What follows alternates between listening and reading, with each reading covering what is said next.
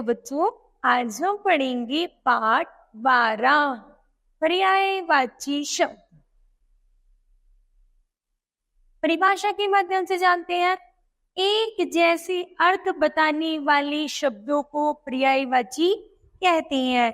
एक जैसा अर्थ जिसमें शब्द तो बहुत सारे हैं लेकिन सबका अर्थ एक आता है, उसी को हम पर्यायवाची कहते हैं। देखते हैं, जैसे यहाँ पर क्या है, चित्र दिया गया है। चित्र में कौन है? माँ है। और माँ को हम किन किन नामों से जानते हैं? चलिए पढ़ते हैं। माँ को हम क्या कहते हैं? माँ, माता, अम्बा और जननी। उसी प्रकार चंद्रमा है, चित्र में है चंद्रमा। चंद्रमा को हम किन नामों से जानेंगे? जैसे चंद्रमा, चांद, शशि और राकेश। फिर यहाँ पर जो चित्र है वो है एक पक्षी का। पक्षी को क्या कहेंगे? खग, विहग या पंछी। उसी प्रकार यहाँ पर है सूर्य को जानेंगे सूर्य, भानु, दिवाकर और दिनकर। फिर है फूल को जानेंगे पुष्प, सुमन, कुसुम। फिर है घर को घर, सदन, आलय, भवन। प्रत्येक चित्र के नीचे उसके समान अर्थ वाले शब्द लिखे हैं। इस प्रकार एक शब्द के समान अर्थ वाले कई शब्द हो सकते हैं। इन्हें ही हम पर्यायवाची शब्द कहते हैं। ठीक है, आगे चलते हैं। निम्नलिखित पर्यायवाची शब्द है जिनको हमें क्या करना है? याद करना है और ध्यानपूर्वक पढ़ना है। एक तरफ है शब्द और उनकी पर्यायवाची।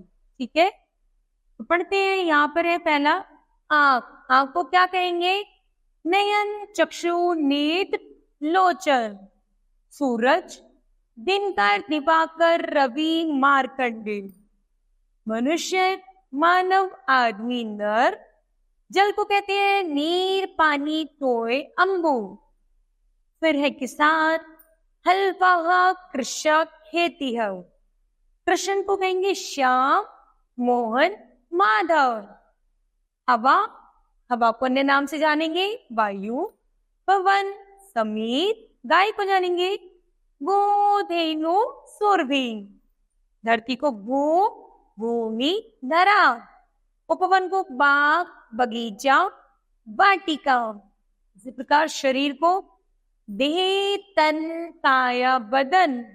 राजा को नरेश, नृप, शोभ, भूपति।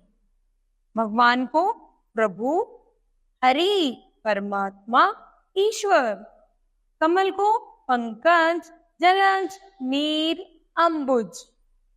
आकाश को नभ, गगन, अंबर, व्योम। चंद्रमा को शशि, चांद, राकेश। उसी प्रकार है आगे दिन, वार, दिवस, दिवा। पेड़ को कहेंगे वृक्ष, तरु, तरोवर। यहाँ पर थोड़ी नींद और है जिनको बच्चों आपको पढ़ना है और याद करना है।